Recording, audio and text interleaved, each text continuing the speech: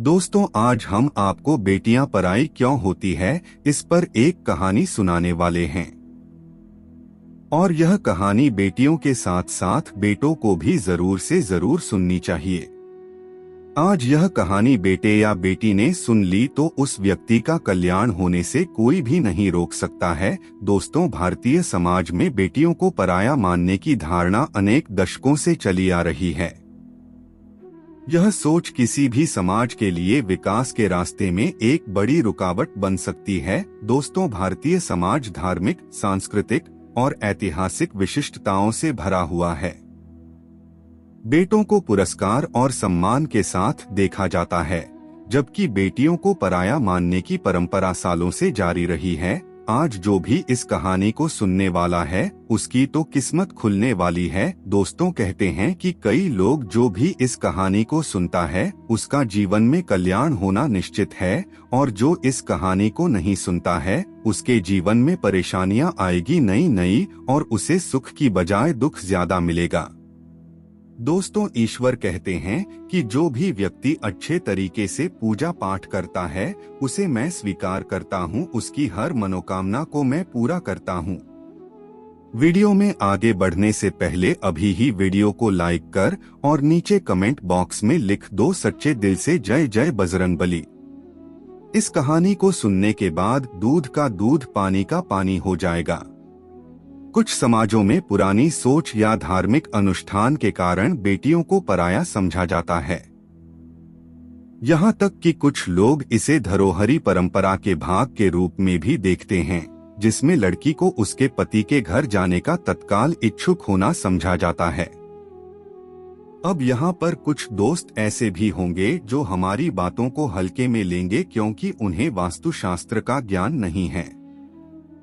इस पर एक कहावत भी प्रचलित है कि बंदर क्या जाने अदरक का स्वाद। अर्थ यह है, कोई भी व्यक्ति वास्तुशास्त्र के बारे में नहीं जानता है कि बेटियों को कितना महत्वपूर्ण बताया गया है, तो फिर इन उपायों में या वीडियो देखने वह विश्वास ही नहीं करता है। इसलिए दोस्तों, सही सटीक 100% जानकारी के साथ में जानने के लिए इस वीडियो से जुड़ जाना।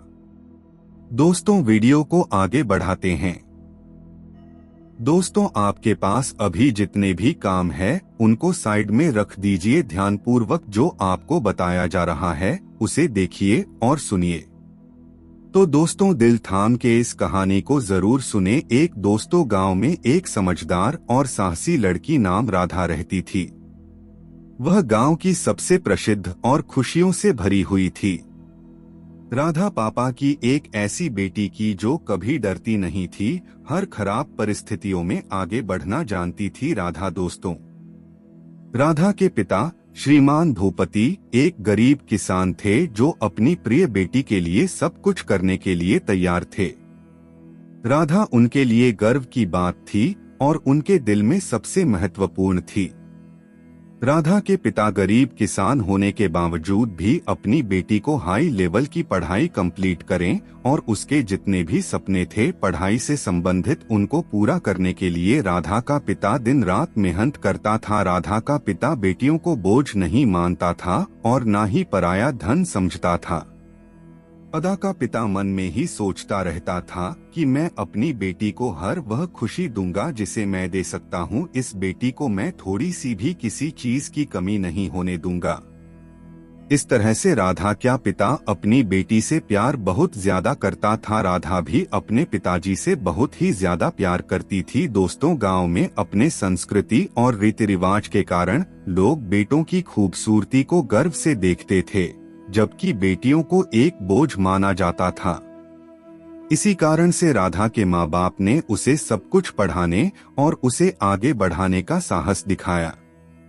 जब कभी भी राधा का पिता घर से बाहर निकलता और बाजार की तरफ जाता तो देखता था कि ऐसे लोग थे जो बोलते थे कि राधा के पिता से, अरे बेटी को इतना क्यों पढ़ाना है, वह तो पराया धन है, और बोलते थे कि तुम राधा के पिता हो, राधा को पढ़ाने लिखाने से वह बेटे में परिवर्तित नहीं हो जाएगी, बेटी ही रहेगी। ऐसा लोग बाजार में जब राधा का पिता जाता था तब सब यह बात बोलते थे और खेती तय कि तुम अपनी बेटियों को इतना लाड़ प्यार से मत रखो और उन्हें आगे की पढ़ाई ना करा कर उनकी शादियां कर दो क्योंकि बेटियां पराया धन होती है। इस तरह की बातें बेटी के पिता हनी राधा के पिता सुनता रहता था। समय के चलते आगे एक दिन राधा के पिता को अचानक दिल का दौरा पड़ गया। वह बहुत कमजोर हो गए और अस्पताल में भर्ती होने की आवश्यकता हुई। राधा और उसकी मां को अपने पिता को देखते हुए बहुत चिंता हुई। राधा अपने पिताजी की दिल का दौरा पर जाने की वजह से वह बहुत चिंतित हो गई और तेज तेज रोने लगी। पिताजी तुम जल्दी ही ठीक हो जाओगे, मैं भगवान से प्रार्थना करती हूँ। बार बार यह लाइन डोर आती रही। राधा अपनी पिता के लिए दुआ करती रही और बाहर डॉक्टर का इंतजार कर रही थी। लगातार भगवान से प्रार्थना करती रही और आखिर में जाकर डॉक्टर बाहर निकल कर आए, जहां डॉक्टरों ने उन्हें कुछ जांचें करने के लिए कहा। रिपोर्ट्स आने के बाद डॉक्टर खुशियों से भरे हुए चेहरे के साथ राधा के पास आए। डॉक्टर ने कहा, तुम्हारे पिता ठीक हो रहे हैं, लेकिन उन्हें ठीक तरह से देखभाल की जरूरत है। राधा को राहत मिली और वह भगवान से धन्यवाद करते हुए अस्पताल से घर लौटी। दोस्तों, घर वापस आकर राधा ने जोर जोर से अपने माँ बाप को गले लगाया और राधा अपने माँ और बाप दोनों को ही काफी देर तक गले लगा के रखा और एक ही बात बोलती रही, भगवान से कहा है भगवान, चाहे भले ही मेरी जान ले लेना, परंतु मेरे माता पिता को कुछ नहीं होना चाहिए। ऐसा रो रो कर भगवान से कहने लगी। माँ बाप अपनी बेटी के इस प्यार को देखकर वह भी रोने लग गए और बेटी को खूब गले लगाया और आपस में माँ बाप और बेटी काफी देर तक रोए। रोती रोती बाप से कहने लगी, राधा, इस दुनिया में मेरा कोई नहीं है, आपके सिवा है जो मुझे इतना प्यार और सपोर्ट करता है। आपने ही मेरी पढ़ाई पूरी कर भाई। लोगों के इतने ताने सुनने के बाद और बार बार ऐसे बोलती रही राधा कि तुम्हें कुछ नहीं होने दूंगी मैं, मेरी जान क्यों ना चली जाए। और दोस्तों, आगे समय के चलते दिन और बीते गए और राधा के पिता की सेहत में सुधार होने के बाद भी उनकी सेहत बिल्कुल ठीक नहीं हुई। एक दिन उन्हें अचानक से बहुत खराब लगने लगा। वे वापस से अस्पताल ले जाए गए। वहां डॉक्टरों ने जांच की और उन्हें एक खराब समाचार सुनाया। डॉक्टर ने कहा, हमें खेद है श्रीमान भूपति, लेकिन आपकी सेहत इतनी खराब है कि हम आपको अब और कुछ नहीं कर सकते। अपनों के मुंह से राधा ने अपने पिताजी को लेकर यह बात सुनी कि हमें खेद है, हम आगे कुछ भी नहीं कर सकते। जैसे ही दोस्तों यह बात सुनी राधा ने अपने पिताजी के लिए, तो राधा चिल्लाने लगी और दीवार पर अपना सिर मारने लगी और अंत में राधा बेहोश हो गई। कैसे कैसे करके डॉक्टर ने उसे बेहोशी स्थिति से सही कर दिया गया। जैसे ही राधा बेहोश की स्थिति उठी और अपनी मां को रोते हुए देखकर वह भी रोने लग गई। दोस्तों, राधा के पिता ने धीरे धीरे अपनी बेटी के पास जाकर उसके हाथों को छुआ और अपनी आंखों में उसको देखते हुए कहा, राधा बेटी, मैं तुमसे एक आखिरी विश्वास करने के लिए कहना चाहता हूँ। मैं अभी यहाँ से चला जाऊंगा, लेकिन मुझे यह शांति मिल रही है कि मैंने तुम्हें सब कुछ सिखाया है और तुम अपनी जिंदगी में बहुत आगे जाओगी।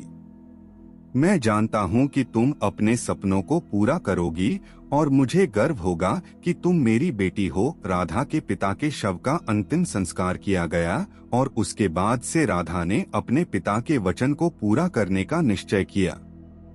उसने पढ़ाई को और मजबूती से जारी रखा और एक उच्च शिक्षा हासिल करके उसने गांव के लोगों को यह सिखाया कि बेटियां बोझ नहीं बल्कि समाज के लिए गर्व की बात होती हैं।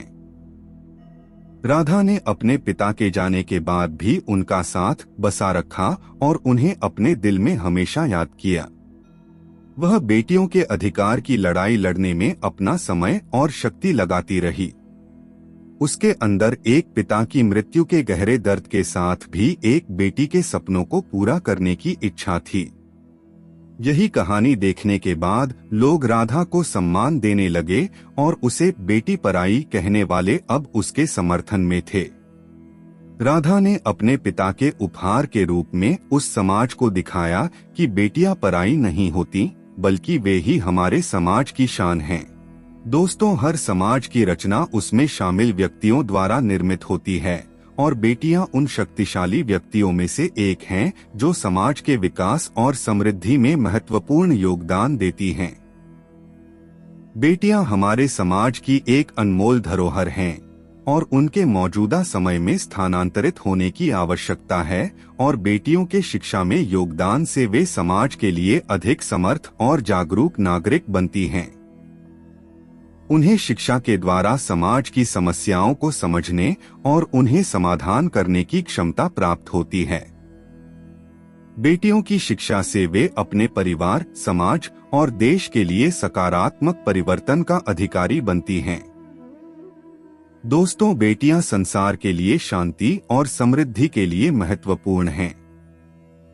उनकी सक्रिय भूमिका ने विश्व के विभिन्न क्षेत्रों में समझौते, संधि और सौहार्द को स्थापित किया है। बेटियों के माध्यम से हम समझते हैं कि विश्व भर के लोग एक दूसरे से कैसे जुड़ सकते हैं और सहयोग कर सकते हैं। दोस्तों, हर समाज की रचना उसमें शामिल व्यक्तियों द्वारा निर्मित होती है और बेटियां उन शक्तिशाली व्यक्तियों में से एक हैं जो समाज के विकास और समृद्धि में महत्वपूर्ण योगदान देती हैं। बेटियां हमारे समाज की एक अनमोल धरोहर हैं और उनके मौजूदा समय में स्थानांतरित होने की आवश्यकता है और बेटियों के शिक्षा में योगदान से वे समाज के लिए अधिक समर्थ और जागरूक नागरिक बनती हैं। उन्हें शिक्षा के द्वारा समाज की समस्याओं को समझने और उन्हें समाधान करने की क्षमता प्राप्त होती है। बेटियों की शिक्षा से वे अपने परिवार, समाज और देश के लिए सकारात्मक परिवर्तन का अधिकारी बनती हैं। दोस्तों, बेटियां संसार के लिए शांति और समृद्धि के लिए महत्वपूर्ण हैं। उनकी सक्रिय भूमिका ने विश्व के विभिन्न क्षेत्रों में समझौते, संधि और सौहार्द को स्थापित किया है। बेटियों के माध्यम से हम समझते हैं कि विश्व भर के लोग एक दूसरे से कैसे जुड़ सकते हैं और सहयोग कर सकते हैं।